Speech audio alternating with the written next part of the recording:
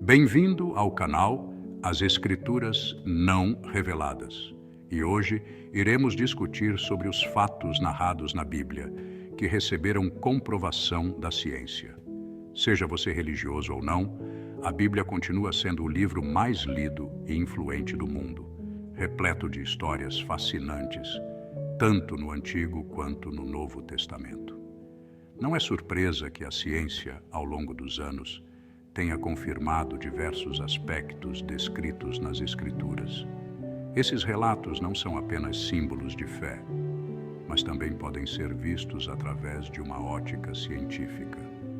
Hoje, exploraremos alguns fatos bíblicos que foram comprovados pela ciência, revelando como o que é descrito na Bíblia pode ser, em muitas situações, alinhado com descobertas científicas. A física da Arca de Noé. Em 2014, 4 estudantes de física da Universidade de Leicester, na Inglaterra, realizaram um estudo detalhado sobre a viabilidade da Arca de Noé. De acordo com o relato bíblico, Noé recebeu instruções específicas de Deus para construir uma arca que suportasse a carga de um casal de cada espécie animal existente na época. Os alunos decidiram investigar se, segundo a física, seria realmente possível que tal embarcação flutuasse e suportasse o peso descrito. Para isso, eles converteram a antiga medida bíblica de cúbito para centímetros, determinando que um cúbito equivale a aproximadamente 48 centímetros. Com isso, calcularam que a arca teria 145 metros de comprimento, 24 metros de largura e 14 metros de altura. Seguindo essas dimensões, os alunos estimaram o peso da arca vazia em cerca de 1,2 milhões de quilos.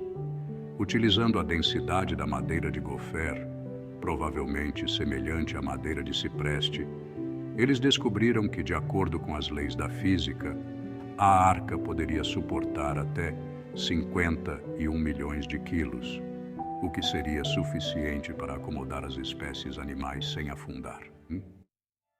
O reservatório de Siloé. No Evangelho de João, há o relato do reservatório de Siloé, um local onde Jesus teria curado um homem cego ao passar água sobre seus olhos. Durante muito tempo, estudiosos acreditavam que este era apenas um local simbólico, sem existência física real.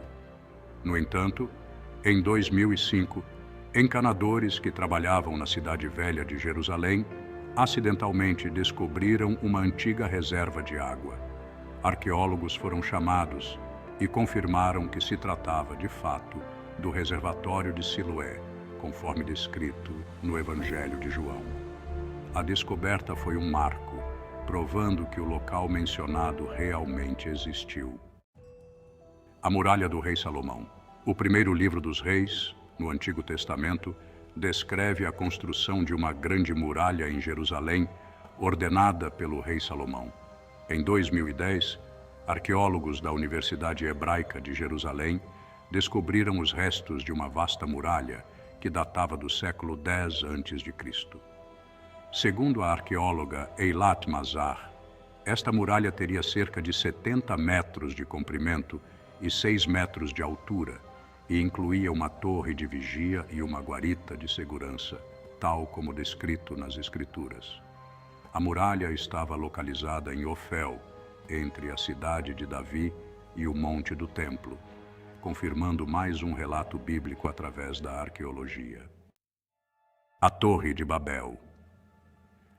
Em Gênesis 11, encontramos a famosa história da Torre de Babel. De acordo com a Bíblia, os descendentes de Noé tentaram construir uma torre que chegasse aos céus, mas foram castigados por Deus, que confundiu as línguas da humanidade. Embora muitos acreditassem que essa história era apenas uma metáfora para a diversidade de línguas, um novo estudo lançado recentemente trouxe à tona evidências que podem comprovar a existência dessa estrutura. Uma pedra esculpida, descoberta há cerca de um século na antiga Babilônia, atual Iraque, mostra um desenho de uma torre em degraus. Abaixo do desenho, há uma inscrição que descreve um zigurate, uma estrutura em formato de pirâmide, identificada como um templo da Babilônia. O professor Andrew George, da Universidade de Londres, argumenta que essa pedra, que data do século VI a.C., é a primeira imagem real da Torre de Babel. Além disso, o objeto também menciona Nabucodonosor II, o imperador da Babilônia, como o responsável pela construção. Pôncio Pilatos é uma figura bem conhecida no Novo Testamento como o governador romano que ordenou a crucificação de Jesus.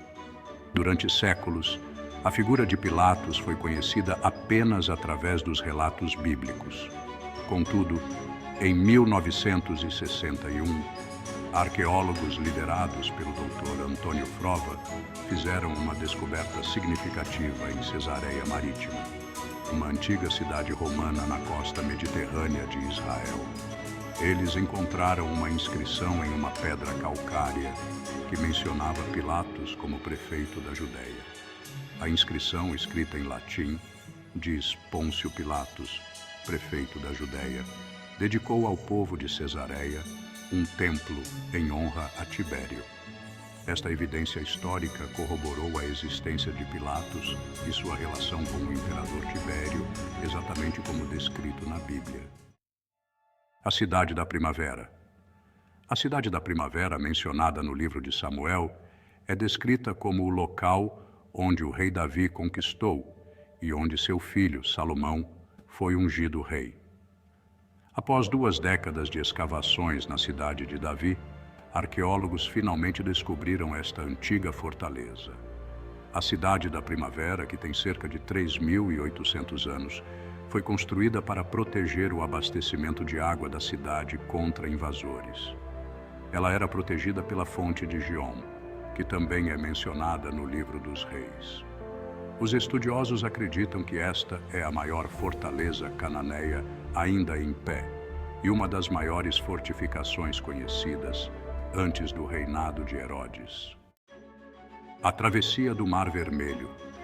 A Travessia do Mar Vermelho é um dos relatos mais conhecidos da Bíblia, descrito no livro de Êxodo. Moisés, guiado por Deus, liderou os hebreus para fora do Egito e, ao se deparar com o Mar Vermelho, estendeu sua vara e as águas se abriram, permitindo que os hebreus atravessassem.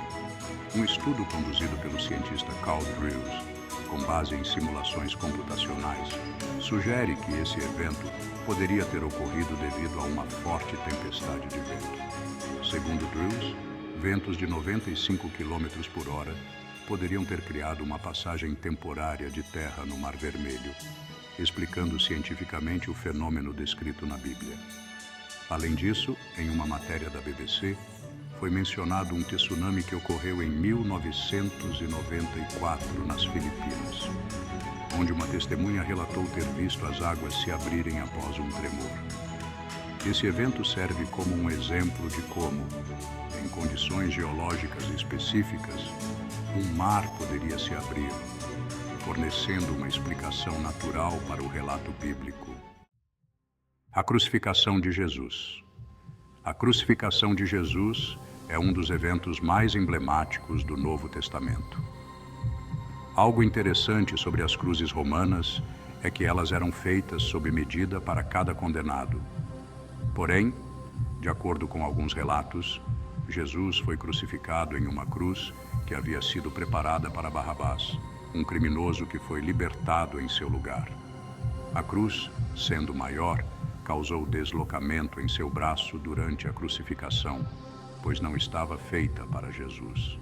Essa cruz, em um sentido espiritual, simboliza a substituição de nossa culpa e punição pela morte de Jesus. O nome Barrabás, curiosamente, significa filho do Pai, e isso traz uma poderosa mensagem.